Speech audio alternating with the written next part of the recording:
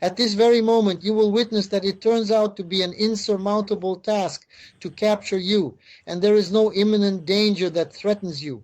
When it comes to these parasites that you have been afraid of until now, you are comparable to air when confronted with nets and hooks. And once again, I have chosen to provide such an example, not in vain. This is an ancient matrix trap, characterized by its attentiveness, its influence, and its ability to ensnare unsuspecting individuals. This is merely from underneath the water. This is the aspect that is relevant to the living beings that reside in the water. These are religions of the Abrahamic tradition that arrived, or more accurately, were brought by them. Lower, well imagine, there is the first row, where intelligent humanoid beings reside in a fascinating aquatic environment, specially created to cater to their unique needs and lifestyle. There's another row below, so if we count from us, it's the second row, and there are more demonic ones, but they're also intelligent. That is where religions originated. They are essentially in collaboration with the deities who exist above us.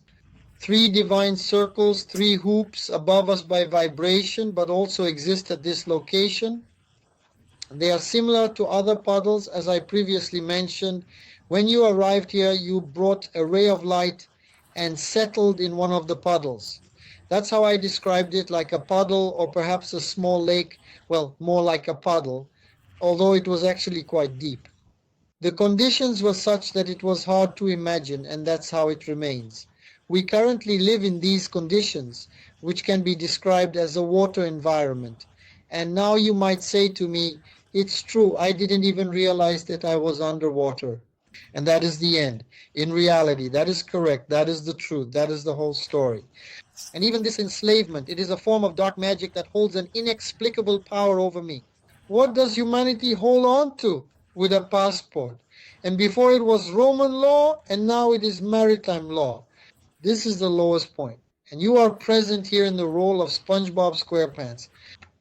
And I don't recall this cartoon, but there were other residents, correct?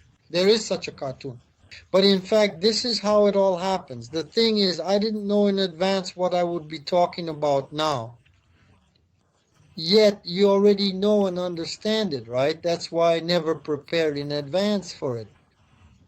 In order for me to discuss it, you need to access the internet and search for some words. Therefore, I observe that victory is not about experiencing fear, being offended, or feeling irritated. I will take action, I will proceed and demonstrate it. I must prove it, and to whom? To the demons, to demonstrate that you are not their prey and that you have been patiently waiting for them. It turns out that the significance hastily shifted to them in order to prove something. We can escape from this situation. And you have already heard similar things when I woke up and inquired about what to do next. I heard this. And what comes after? When I was young, I used to tell something to someone, to my mother. And what happens next?